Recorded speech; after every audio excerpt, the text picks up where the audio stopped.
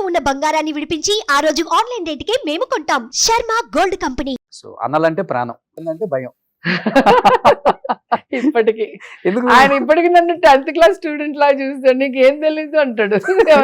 Minister అయినా లోపలికి వెళ్ళి రూమ్ లోకి వెళ్ళి నాకు పెళ్ళైంది, 2 పిల్లలు, వాళ్ళకి కూడా పెళ్లి చేసే వయసు, ఇంకా చిన్న పిల్లలు అనుకుంటున్నాడు అని మా ఆయన దగ్గర కొట్లాడుతుంటా.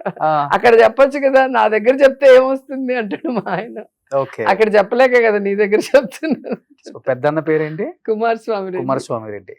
చిన్న రాంప్రసాద్ రెడ్డి గారు ఎప్పుడు మీతోనే ఉంటారు. నేనంతా సో కంటికి రెప్పలా కాపాడుతూ మేమిద్దరం కొట్టుకుంటుంటాం, ఇద్దరం ఫ్రెండ్స్ లాగా ప్రేమించుకుంటాం, కొట్టుకుంటాం, తిట్టుకుంటాం, ఇచ్చుకుంటాం, పుచ్చుకుంటాం. సో మధ్యలో కూడా ఆయనతో భయం, కొంచెం డిగ్నిఫైడ్ గా ఉంటాడు, ఆయన సైలెంట్ గా ఉంటాడు. ఆర్థికంగా కూడా మీకు వచ్చే రెమ్యునరేషన్లు కావచ్చు, లేకపోతే మీరు సంపాదించింది కావచ్చు, అన్నలకే ఎక్కువ వదిలిపెట్టేవాళ్ళు, వాళ్ళే చూసుకునే వాళ్ళు. ఒకనొక టైంలో అన్నల వల్ల కూడా కొంచెం ఆర్థికంగా ఇబ్బంది పడ్డారు ఆమె అనే మాట వాస్తవం. ఏదైనా మా ముగ్గురిదే కదా, మా అమ్మ నాన్న చనిపోయాక నన్ను వాళ్ళిద్దరే కంటికి రెప్పలా చూసుకున్నారు. సో వాళ్ళ లైఫ్ అంతా కూడా నా కోసమే వాళ్ళు ఉండిపోయారు కాబట్టి ఏది వచ్చినా మా ముగ్గురిదే. అది నాది వాళ్ళకి ఇచ్చాను అనేది కాదు కదా, వాళ్ళ సమయము, వాళ్ళ సపోర్ట్. ఒక ఫ్యామిలీ సపోర్ట్ లేకపోతే లీడింగ్ చాలా కష్టం సొసైటీలో. ఎప్పుడు ఏం చేద్దామా అని చూస్తూ ఉంటారు కదా, మీకు తెలిసే అది ఉన్న 2 ఇండస్ట్రీలు ఎలాంటివి మీకు తెలుసు, డామినేటివ్, మెయిల్ డామినేటివ్. సో అన్నలు, భర్త, ఫ్యామిలీ అనేది చాలా ఇంపార్టెంట్, అప్పుడే వాల్యూ కూడా ఉంటుంది. ఇప్పుడు ఫ్యాషన్ అయిపోయింది డైవర్స్ ఇవ్వటము, అది చాలా తప్పు. నాకు ఈ టైంలో వాళ్ళకి డైవర్స్ అనేది లేదు కదా. కష్టం వచ్చినా నష్టం వచ్చినా అడ్జస్ట్ చేసుకొని దాన్ని సరిదిద్దుకోవాలి సమయం వచ్చినప్పుడు. ఒక మనిషి ఎప్పుడూ కోపంగా ఉండడు కదా, ఒక మనిషి ఎప్పుడు చెడ్డగా ఉండడు. ఏదైనా ఒక చిన్నది జరిగినప్పుడు మనకు నచ్చలేదనుకో, మంచి మూడ్ ఉన్నప్పుడు వాళ్ళకి దాన్ని తెలియజేసి దాన్ని సరిదిద్దుకుంటే ఖచ్చితంగా ఆ ఫ్యామిలీ 100 years హ్యాపీగా ఉంటుంది. పాతకాలంలో అదే కదా చేసేవాళ్ళు. ఇప్పుడేంటి, నేను సంపాదిస్తున్నా, నేను నీకెందుకు అడ్జస్ట్ అవ్వాలి, టింగ్ అని డైవర్స్. అసలు డైవర్స్ వల్ల ఏం ఉపయోగం ఉంటుంది చెప్పు? ఇతనితో నువ్వు ఉండలేంది, నెక్స్ట్ వచ్చే వాళ్ళతో ఎలా ఉంటావు? వాళ్ళు ఎలా ఉంటారు? వాళ్ళతో అడ్జస్ట్ అయ్యే కన్నా ఫస్ట్ వాళ్ళతో అడ్జస్ట్ అయితే గౌరవం ఉంటుంది, ప్రేమ ఉంటుంది, సరిదిద్దుకుంటే ఫ్యామిలీ బాగుంటుంది, సొసైటీలో ఒక పేరు. సొసైటీలో ప్లస్ ముఖ్యంగా పిల్లలు చాలా ఇబ్బంది పడిపోతారు. చాలా ఫ్యామిలీస్ లో ఇప్పుడు మీరు చూస్తే వాళ్ళు ఒక పెళ్లి, వీళ్ళు ఒక పెళ్లి చేసుకుంటారు. ఈ పిల్లల్ని ఎవరు చూసుకుంటారు? వీళ్ళిద్దరికి పుట్టిన వాళ్ళు. మంచి బట్టలు, మంచి భోజనము, లేకపోతే కార్డులో డబ్బులు వేసి ఇవ్వటం కాదు కదా, ఎమోషనల్ బాండేజ్, వాడికి ఒక భద్రత కలిగించాలి కదా. అలాంటి వాళ్ళు మనం చాలా మంది ఇండస్ట్రీలో కూడా చూస్తాం. ఇప్పుడు మీ మీద ట్రోల్స్ వస్తున్నాయి అంటే మీకు తెలుసు, రాజకీయాల్లో ఉంటున్నాం కాబట్టి దెబ్బకి ఎదురు దెబ్బ ఖచ్చితంగా మనం అంటాం, అనిపించుకోవాలి, తప్పదు. బట్ ఫ్యామిలీ అనే వాళ్ళకి, పిల్లలకి ఏం తెలుసు, చాలా కష్టంగా వాళ్ళు హర్ట్ అయిపోతారు. 2-3 అసలుకి జీర్ణించుకోలేంది, డైజెస్ట్ అవ్వని విషయాలు అంటే ఏమని చెప్తారు అసలుకి? ఒకటి, నా బర్త్డే రోజు మా రెండో అన్నయ్య రాంప్రసాద్ రెడ్డి నన్ను చిన్నప్పటి నుంచి ఎత్తుకొని స్కూల్కి, కాలేజీకి తీసుకెళ్ళాడు. నేను హీరోయిన్ అయ్యాక నాతోనే లైఫ్ అంతా కూడా షూటింగ్స్కి వచ్చేవాడు. ఆయన ముద్దు పెడితే దాన్ని ఎంత వల్గర్ గా ట్రోల్ చేశారంటే అసలు ఏడుపు వచ్చేసింది నాకైతే.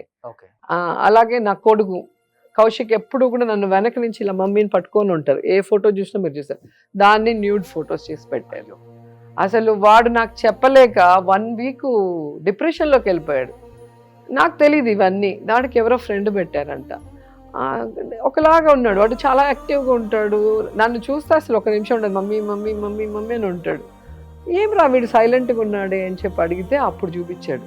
మరి చెప్పాలి కదా నాన్న అంటే, నాకు ఎవరికి చెప్పాలో తెలియలేదు, ఎవరితో డిస్కస్ చేయాలో తెలియలేదు అన్నాడు. ఇప్పుడు మీ కళ్ళంలో నీళ్ళు వస్తున్నాయండి. అంటే వాళ్ళ మనసు హర్ట్ అయితే అది లైఫ్ లాంగ్ ఉండిపోతుంది. అంటే ఇప్పుడే కదా వాళ్ళు 18 years. సో ఈ టైంలో కనుక ఒక నెగటివ్ వస్తే చాలా కష్టం. వాళ్ళ డాడీకి కూడా చెప్పుకోలేకపోయాడు వాడు, ఎవరికి చెప్పాలో తెలియలేదు, ఎలా దాన్ని రియాక్ట్ అవ్వాలో కూడా తెలియలేదు వాడు.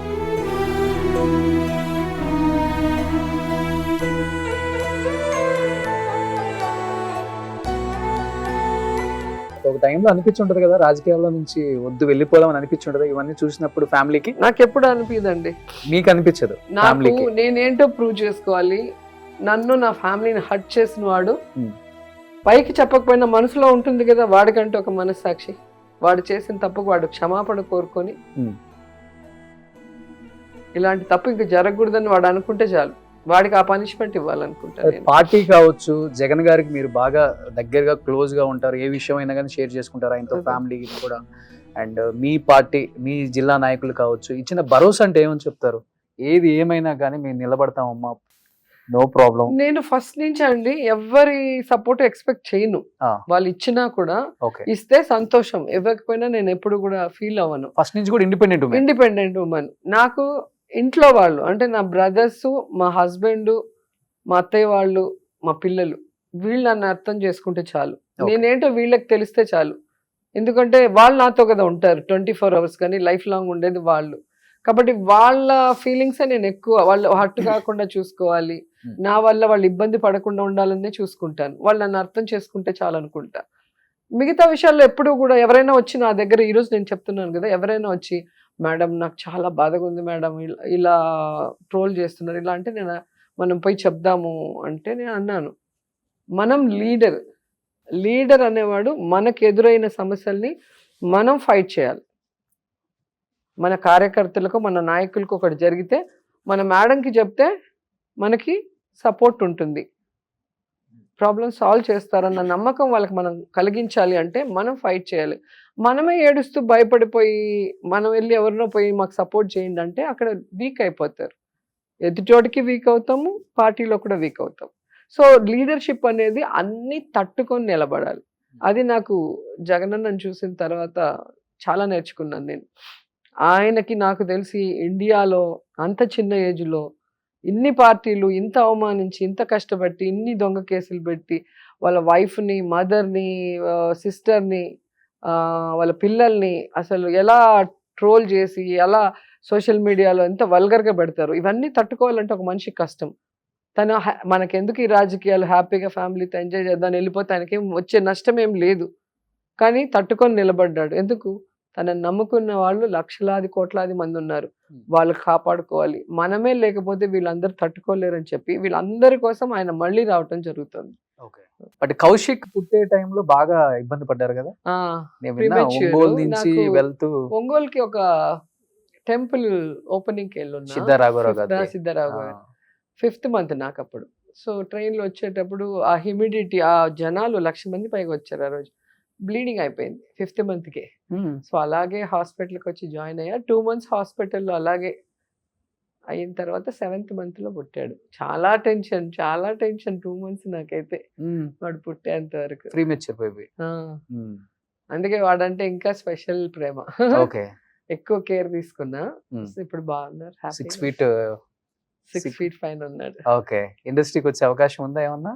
దేవుడు ఆశీస్సులు ఉంటే వాడికి ఇంట్రెస్ట్ ఉందా? వాడికి ఇంట్రెస్ట్ ఉంది, పాపకి ఇంట్రెస్ట్ లేదు. ఓకే, ఆమెకి చదువుకోవటం అంటే చాలా ఇష్టము.